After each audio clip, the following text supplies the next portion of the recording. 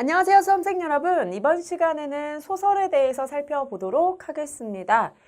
소설과 관련해서 중요한 것은 일단 세 가지 살펴보시면 되는데요. 우선 소설에는 인물이 나오죠. 그 인물의 성격이 어떠한지, 그리고 그 인물이 어떤 상황에서 어떤 심리를 느끼는지 잘 파악하시면 됩니다. 인물과 관련해서 물어볼 때에는 보통 이 두 가지를 물어보니까요. 그 점을 잘 생각하면서 인물에 대해 정리하시면 되겠고요. 그리고 소설은 기본적으로 갈등 구조로 구성이 되어 있습니다. 따라서 소설에 나타날 갈등 구조가 어떠한지를 잘 이해하시는 것이 중요한데요. 보통 시험에서 지문이 나올 때 그 지문의 내용은 소설의 일부만 나오기 때문에 여기에 나와 있는 내용이 지금 갈등이 시작되는 부분인지 아니면 점차 고조되는 부분인지 해소되고 있는 부분인지 이런 것들을 잘 파악하실 수 있어야 합니다. 그리고 이 갈등의 유형이 어떠한지 내지는 어떤 인물들이 갈등을 하고 있는지, 무엇 때문에 갈등을 하고 있는지 이런 것들을 잘 파악을 하셔야겠죠. 그게 결국 이제 소설의 내용을 파악하는 것이 되겠고요. 그리고 이것을 통해서 소설의 주제를 알 수 있기 때문에 이 갈등 구조에 대해서 잘 이해하셔야겠습니다. 이것이 결국 또 소설의 전개 방식과 관련이 있으니까요. 그 점 잘 생각하시면 되겠고요. 그 다음에 소설에는 일정한 배경이 나옵니다. 시간적 배경, 공간적 배경 내지는 사회, 시대적 배경이 있는데요. 이것이 사건과 어떤 관계가 있는가 하는 것을 잘 이해하면서 보시는 것이 중요합니다. 특히 시대적 배경과 사건이 어떤 관계가 있는가를 잘 생각하시고 이 소설에서 말하고자 하는 바가 무엇이냐, 사건의 의미가 무엇이냐 이것을 잘 파악을 하셔야겠습니다. 보통 문제에서 보면 보기에서 이 시대적, 사회적 배경과 관련된 내용을 제시해 주기도 하거든요. 그래서 그것과 이 소설 속 내용을 연관짓게 하는 경우가 많아요. 그래서 그 점 잘 생각하시면서 이 부분에 대해 이해하시면 되겠습니다. 그러면 소설에 대해서 본격적으로 알아보도록 하죠. 소설이란 현실에 있음직한 일을 상상하여 꾸며 쓴 산문, 문학을 이릅니다. 소설은 일단 꾸며 쓴, 즉 허구적인 그런 성격이 있는 문학이라고 할 수가 있습니다. 소설의 대표적인 특성 첫 번째가요. 허구성이에요. 현실에 있음직한 일을 상상력을 바탕으로 꾸며낸 이야기죠. 그런데 그렇다고 하더라도 소설에 나와 있는 내용은 진실하다, 진실성이 있다 이렇게 이야기를 해볼 수 있습니다. 이거는 사실이란 얘기가 아닙니다. 우리가 살아가고 있는 현실을 반영하면서 우리의 삶의 진실을 보여준다는 얘기예요. 현실에 있음직한 사건을 바탕으로 삶의 진솔한 이야기를 담고 있는 것이 이 소설이라고 할 수가 있겠죠. 그리고 소설은 기본적으로 줄글록, 산문으로 되어 있죠. 운율에 구애받지 않습니다. 시와는 좀 다른 성격을 지니고 있죠. 그리고 소설의 또 대표적인 특징 중에 하나가 서사성인데요. 서사라는 말을 우리가 좀 어려워하는 경우가 많은데 서사는 인물, 사건, 배경을 바탕으로 해서 하나의 줄거리를 형성하고 있다는 얘기입니다. 즉, 이야기가 다 서사라고 생각하시면 돼요. 아시겠죠? 그리고 문체 구성 같은 여러 가지 요소들을 통해서 예술적인 아름다움을 드러내는 것이 또 소설의 특성입니다. 소설은 기본적으로 문학이죠. 문학은 언어로 된 예술이라고 할 수가 있고요. 그러니까 소설도 이런 예술적 특성을 지니고 있다고 할 수가 있겠습니다. 그래서 소설에서 꼭 우리 삶의 문제에 대해서 고발하고 그것을 어떻게 해결할 것인가 대안을 제시하고 이런 역할만 하는 게 아니라요. 어떤 아름다움을 보여주는 그런 것들도 우리가 살펴볼 수 있습니다. 그런 점들을 잘 생각하시면서 소설에서 어떠한 표현 방식을 활용해서 우리에게 우리 삶의 아름다움을 보여주는지 좀 잘 판단을 해볼 필요가 있겠죠. 소설은 기본적으로 세 가지 요소로 이루어져 있는데요. 주제, 문체, 구성. 이렇게 세 가지 요소로 이루어져 있습니다. 주제는 작품의 근본적인 의미를 이야기하는데요. 작가가 말하고자 하는 중심 사상을 우리가 주제라고 합니다. 문체는 작품 속에 나타난 작가의 개성적 특색인데요. 이 문체를 어떻게 활용하는가에 따라서 전체적인 인상이 좀 달라집니다. 아주 간결하고 산뜻한 문체를 사용할 수도 있고요. 혹은 문장의 길이가 길고 장황하고 또 꾸며주는 말이 많고 이런 문체를 활용할 수도 있을 거고 판소리 같은 그런 문체를 활용할 수도 있을 거고요. 그런 것들에 따라서 어떤 작품의 주제를 더 뚜렷하게 드러낼 수가 있습니다. 이 문체와 관련해서 특히 좀 문체의 특성이 두드러지는 그런 소설들은 이와 관련된 내용들을 또 물어보기도 합니다. 이 소설의 서술상 특징이 어떠하냐, 그걸 통해서 어떤 효과를 제시하느냐 이런 것들을 물어보기도 하니까 그 점 잘 생각하시면서 문체에 대해 이해하시면 되겠습니다. 자, 그 다음에 소설에서 특히 중요한 요소가 이 구성이라고 할 수가 있는데요. 이야기의 내용을 효과적으로 표현하기 위해서 유기적으로 질서 있게 배치하는 방법을 구성이라고 합니다. 자, 소설의 구성은 기본적으로 발단, 전개, 위기, 절정, 결말, 자, 이런 단계로 이루어져 있는데요. 자, 소설의 구성 단계 자체에 대해서 물어보는 문제도 종종 등장하니까요. 그 점 잘 생각하시면서 지문에 나와 있는 부분이 어떤 단계에 해당될 건가 이런 것들도 잘 판단하실 수 있어야겠습니다. 자, 발단 부분은 일단 인물과 배경이 소개가 됩니다.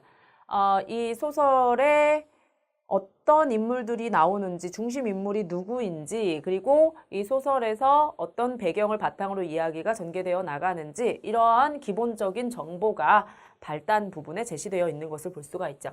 자, 그 다음에 갈등과 관련해서 이해를 할 때 이 발단 부분은 갈등의 실마리, 즉 사건의 실마리가 제시되는 부분이라고 할 수가 있습니다. 어떤 것 때문에 갈등을 벌이게 되느냐, 그 원인이 제시된다고 볼 수가 있겠죠. 자, 그리고 갈등이 본격적으로 시작되는 것이 전개 부분이라고 할 수가 있습니다. 갈등이 본격적으로 시작되면서 그 구조가 어떻게 흘러나갈 것인가 라는 것을 짐작해 볼 수 있는 부분이고요. 그 다음에 위기 부분에서 이 갈등이 점점 고조됩니다. 뭐 인물들 간의 갈등 이런 것들이 좀 복잡하게 얽혀가기 시작하는 거죠. 자, 그러다가 절정 부분에 이르면 갈등이 최고조에 이르게 되는데요. 자, 여기에서 이제 다시 결말에 이르기 위해서 갈등 해결이 어떻게 이루어질 것인가 실마리가 함께 제시되기도 합니다. 그리고 결말 부분에 이르게 되면 갈등이 해소되면서 사건이 비로소 마무리가 됩니다. 그런데 결말 부분에서 꼭 뭐 갈등이 문제가 해결되는 방식으로 그렇게 마무리되는 건 아니에요. 결말 부분에서 좀 충격적인 그런 반전 같은 것이 제시될 수도 있고요. 아니면 혹은 굉장히 뭐 비극적인 그런 결말이 될 수도 있고요. 때로는 뭐 열린 결말로 마무리가 될 수도 있죠. 자, 그래서 그런 것들은 좀 소설마다 다르니까 그때그때 잘 파악을 하셔야겠습니다. 자, 그러면 이 소설의 구성은 어떻게 이루어져 있느냐? 자, 이 소설의 구성의 3요소를 중심으로 해서 소설의 구체적인 내용들에 대해서 잘 이해하시면 되는데요. 자, 우선은 소설에는 인물이 등장을 합니다. 작품 속에 등장하는 사람이 인물이죠. 자, 인물은 우리가 유형에 따라서 좀 나누어 볼 수가 있는데요.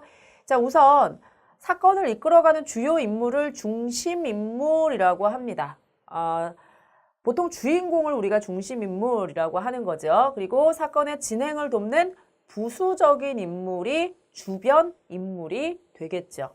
예를 들어서요. 어렸을 때 보던 만화 영화 같은 거 생각해 보시면 이해가 더 잘 가실 겁니다.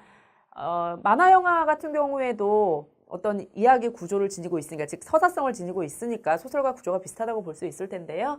거기에서 보면 이제 주인공이 나오죠. 그리고 그 주인공을 뭐 돕는 그런 인물들이 나오기도 하죠. 예를 들어서 선생님이 어렸을 때는 호빵맨이라는 만화가 인기가 있었는데요. 자, 그때 호빵맨은 중심 인물이죠. 그리고 호빵맨을 뭐 도와주는 뭐 잼아저씨라든가 아니면은 뭐 치즈라든 강아지라든가 뭐 이런 것들은 다 모두 주변 인물이라고 볼 수가 있을 겁니다. 자, 그리고 역할에 따라서 주동 인물과 반동 인물로 나누어서 우리가 생각해 볼 수가 있을 텐데요. 자, 주동 인물 같은 경우에는 갈등을 이끌어가는 중심 인물을 얘기합니다. 앞에서 얘기했던 그 호빵맨이라는 만화에서는 호빵맨이 주동 인물이 되는 거겠죠. 자, 반동 인물은 주동 인물과 대립하면서 갈등을 빚는 인물인데, 뭐 예를 들어서 호빵맨 같은 만화에서는 세균맨, 좀 귀엽게 생긴 그래서 악당 같지 않은 악당이지만 뭐 그런 인물이 반동 인물이라고 볼 수 있겠죠. 특히 어렸을 때 보던 만화 영화를 보면 왜 선악의 대립이 굉장히 뚜렷하게 나타나서 정의로운 인물과 악당이 함께 싸우고 이런 경우가 많잖아요. 자, 그런데 그런 걸 보면 우리가 이 주동인물과 반동인물에 대해서 확실하게 이해를 할 수가 있습니다. 자, 주동인물은 보통 이제 중심인물이기 때문에 우리가 소설을 볼 때는 이 주동인물을 중심으로 해서 보게 돼요.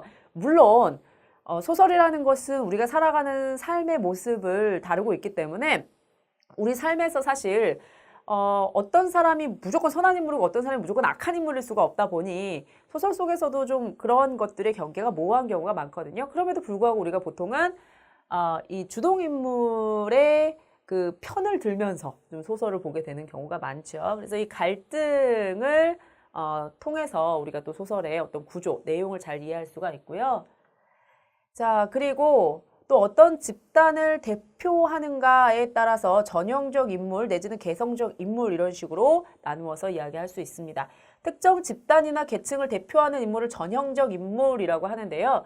고전 소설에 보면 전형적인 인물이 등장하는 경우가 상당히 많습니다. 뭐 고전 소설에 등장하는 인물이라고 해서 다 전형적인 것은 아닙니다. 하지만 뭐 예를 들어서 흥부 그러면 뭐예요? 착한 사람의 전형 뭐 이렇게 얘기할 수도 있을 거고요. 심청 그러면 효녀의 전형 뭐 처음부터 끝까지 아버지 생각만 하죠. 뭐 그런 인물로 볼 수도 있을 거고 이런 인물들을 우리가 전형적 인물 이렇게 이야기를 합니다. 그런데 한 개인만의 독특한 성격을 드러내는 굉장히 좀 복잡한 그런 성격의 양상을 보이는 그런 인물을 개성적 인물이라고 합니다. 대개 현대소설에서는 전형적 인물보다는 개성적 인물이 등장하는 경우가 많고요. 이 개성적 인물은 상황에 따라서 좀 다른 면모를 보여주고 그리고 성격의 특성이 굉장히 다양하게 나타나는 것을 볼 수가 있습니다. 그래서 그런 점들을 잘 생각하시면서 이 인물의 성격이 사건에 어떤 영향을 미치는가라는 걸 잘 생각을 하셔야겠죠. 우리가 각자의 어떤 성격에 따라서 다른 인물들과 갈등을 빚기도 하고 그리고 그것 때문에 어떤 상황이 만들어지고 어떤 사건이 일어나잖아요. 소설 속에서도 마찬가지라고 생각하시면 됩니다.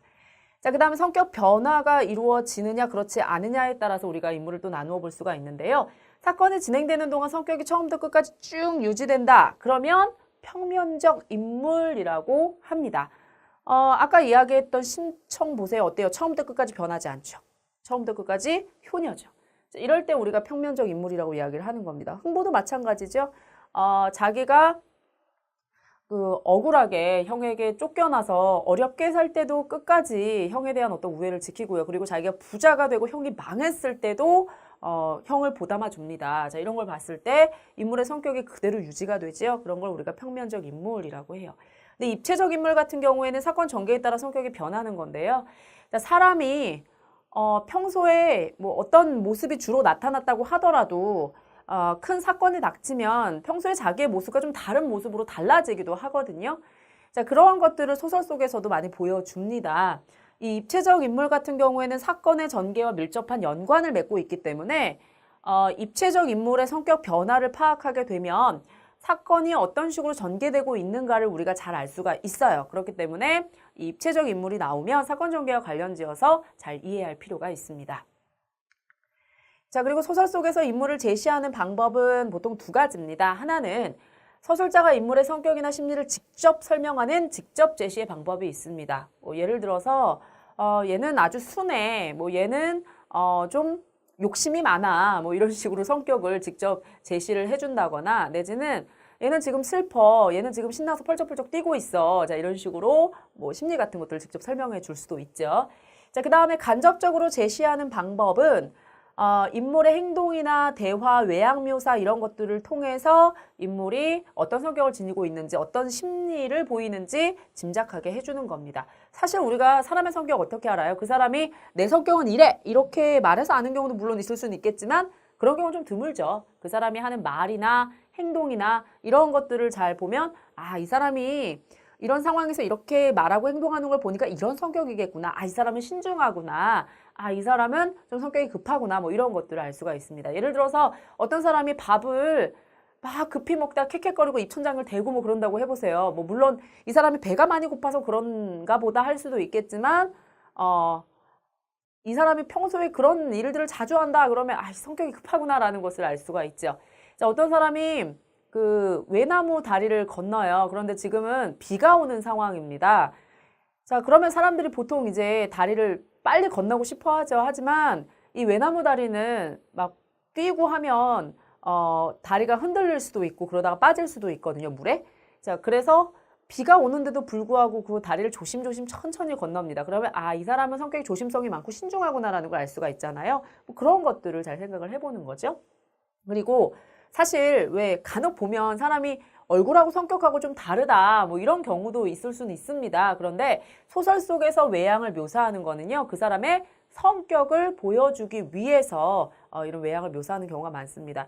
예를 들어서 뭐 놀보라든가 그 뺑덕엄이라든가 뭐 이런 인물들 같은 경우에는 얼굴에 막 욕심이 덕지덕지하고 그리고 굉장히 심술궂게 생긴 그런 모습으로 묘사를 하거든요. 그걸 통해서 이 사람이 어떤 사람인가 하는 걸 보여주려고 하는 거죠. 자, 소설을 볼 때에는 그래서 인물에 대해서 파악하기 위해서 우리가 인물의 말이나 행동, 뭐 외양 이런 것들을 좀 구체적으로 잘 살펴볼 필요가 있습니다. 자, 그리고 소설에는 기본적으로 사건을 중심으로 내용이 전개가 되는 것을 우리가 살펴볼 수 있죠. 자, 인물이 일으키는 일, 행동을 우리가 사건이라고 하는데요. 이 사건은 갈등을 중심으로 한다고 볼 수가 있습니다. 그래서 이 갈등을 바탕으로 사건에 대해서 이해하시면 되는데 이 갈등에는 기본적으로 외적 갈등과 내적 갈등이 있어요. 자, 외적 갈등 같은 경우에 가장 대표적인 것이 인물과 인물의 갈등입니다. 등장인물과 그와 대립하는 인물 사이의 갈등이에요.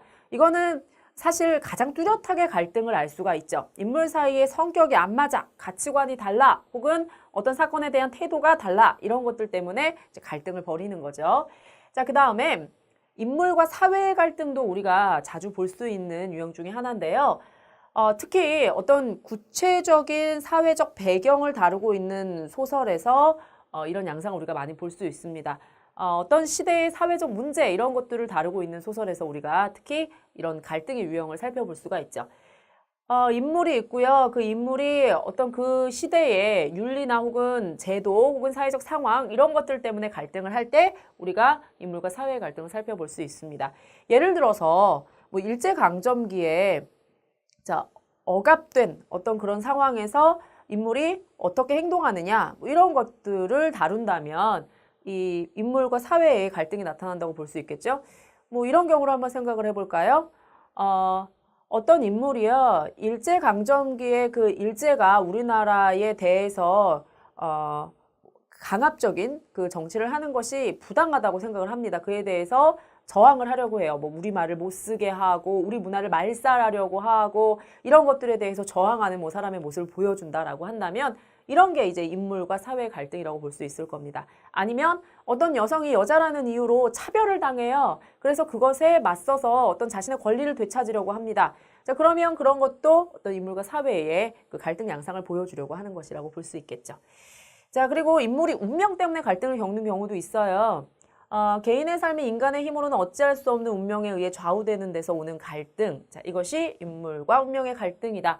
예를 들어서요. 그리스 로마 신화 같은 데 보면 어떤 인물이 뭐 신탁을 타고 태어나서 그것을 벗어나 보려고 발버둥 치지만 결국 그대로 되고 뭐 그런 식의 내용들이 나올 때가 있지요. 자, 이런 것들이 인물과 운명의 갈등을 보여주는 것이라고 할 수가 있습니다. 보통 인간은 그 운명의 힘을 거스르지를 못하죠. 되게 이제 문학 작품들에서 보면 그런 경우가 많습니다. 그럼에도 불구하고 인간이 그것을 이겨내려고 하는 과정에서 어떤 인간다움을 보여주게 되죠. 자, 그런 것들이 중요하다고 할 수 있겠고요. 자, 인물과 자연의 갈등. 자, 이것은 뭐 예를 들어서 자연재해라든가 혹은 자연의 힘 이런 것들 때문에 인간의 삶이 어떤 제한을 받을 때 그것을 극복하고자 하는 그런 인간의 모습 이런 것들이 나타나는 것이라고 할 수가 있겠습니다. 홍수가 나서 마을이 다 떠내려갔어요. 농사 지은 걸 다 잃게 됐어요. 자, 이런 상황에 놓인 사람이 어쨌든 그 상황을 이겨내 보기 위해서 무언가 행동을 하겠죠. 자, 이런 과정이 나타나는 것이 인물과 자연의 갈등이라고 볼 수 있을 겁니다. 내적 갈등은요. 개인의 내부에서 일어나는 갈등이에요. 개인의 내부에서 상반된 자아가 대립하는 갈등. 내 속엔 내가 너무도 많아. 뭐 어떤 노래에서 그렇게 이야기하기도 했는데 내 마음속에서 여러 가지 나의 목소리들이 있죠. 그래서 이렇게 할까? 저렇게 할까? 이런 때에는 이렇게 하는 게 옳은데. 그런데 나는 이렇게 하는 게 더 편할 것 같아. 거짓말을 해야 할까? 거짓말을 하는 건 나쁜 건데. 뭐 이런 식으로 우리가 갈등을 하잖아요. 자, 그런 게 내적 갈등이라고 볼 수가 있습니다. 이 내적 갈등은 보통 외적 갈등하고 이제 관련을 맺는 경우도 많아요. 예를 들어서 인물이 어떤 인물하고 갈등을 하는 과정이다라고 하면 그냥 그 인물하고만 갈등하는 게 아니라 자기 내부에서도 그 상황을 어떻게 대처하고 해결할 것인가 계속 갈등을 벌일 거 아니에요. 뭐 이런 것들이 내적 갈등이라고 할 수가 있습니다. 어떤 선택을 해야 한다거나 내지는 내 마음속에서 복잡한 심리가 일어난다거나 뭐 이런 경우가 있잖아요. 이런 것들이 다 내적 갈등과 관련이 있다고 볼 수가 있죠. 이 내적 갈등이라는 것은 결국 인물의 심리와 밀접한 관련이 있다고 할 수가 있습니다. 그래서 그런 점들을 잘 생각하시면서 또 이해하시면 되겠죠. 자, 그 다음에 소설에는 이제 배경이라는 요소도 상당히 중요한데요. 이 배경은 앞에 이야기했던 인물, 사건과 밀접한 관련이 있습니다. 왜냐하면 인물이 행동하고 사건을 일으키는 시간, 장소, 상황 이런 것들이 배경이 되기 때문이죠. 자, 이 배경 같은 경우에는 기본적으로 시간과 공간이 관련이 됩니다. 시간은 뭐 좁은 의미의 시간을 구체적으로 제시할 때도 있고요. 아니면 어떤 시대나 뭐 계절 같은 것을 제시하기도 합니다. 시간적 배경은 아예 명시하는 경우도 있기는 하지만 우리가 짐작하도록 하는 경우가 많아요. 여러 가지 소재들이 나오는데 그 소재들을 통해서 아, 이게 언제구나라는 걸 짐작할 수 있도록 하는 뭐 그런 경우들이 있죠. 예를 들면은 뭐 인력거가 나온다. 그러면 그게 최근은 아니겠죠. 뭐 일제강점기쯤인가 보다 이런 식으로 생각을 해볼 수가 있겠고요. 뭐 담배 이름이라든가 소주 이름이라든가 이런 것들이 시대에 따라서 그 시기에 따라서 좀씩 그 달라졌잖아요. 그래서 그런 것들을 보고 아, 이게 어느 때 얘기구나라는 걸 또 짐작할 수 있기도 합니다. 자, 그런 것들도 있고 혹은 이제 계절 같은 경우에도 뭐 사람들이 하는 행동 같은 걸 통해서 우리가 계절을 알 수도 있습니다. 예를 들어서 사람들이 손을 이렇게 호호 불어요. 손시려워서. 그러면 그거는 여름일 리는 없겠죠. 겨울이겠죠. 자, 그리고 아이들이 막 물에서 옷을 홀딱 벗고 막 놀아요. 근데 그게 한겨울에 그런 거 좀 이상하죠. 아무래도 여름이겠구나라고 생각을 해볼 수가 있을 겁니다. 뭐 이런 식으로 여러 가지 요소들을 통해서 우리가 또 이 시간적 배경을 파악해 볼 수 있으니까요. 그 점 잘 생각하시면서 소설의 내용도 이해하셔야겠고요. 공간적 배경 같은 경우에는 사건이 일어나는 구체적인 장소를 이야기하는데 이 공간적 배경도요. 우리가 이 공간적 배경이랑 사실 별로 관련이 없을 것 같은 그런 요소로 짐작을 해볼 수도 있습니다. 예를 들어서 어떤 인물들이 나오는데 대개의 인물들이 다 같은 사투리를 쓰고 있어요. 그러면 아무래도 어느 특정 지역을 배경으로 하는구나 라는 사실을 우리가 알 수가 있겠죠. 뭐 강 이름이라든가 산 이름이라든가 이런 것들을 통해서 아, 이게 어느 동네에서 일어난 일을 다루고 있구나 라는 그런 것들을 알 수도 있습니다. 그래서 참고해서 보시면 되겠고요. 특히 중요한 게 사회적 배경인데요. 작품 속 인물들이 활동하는 시대나 역사적 상황입니다.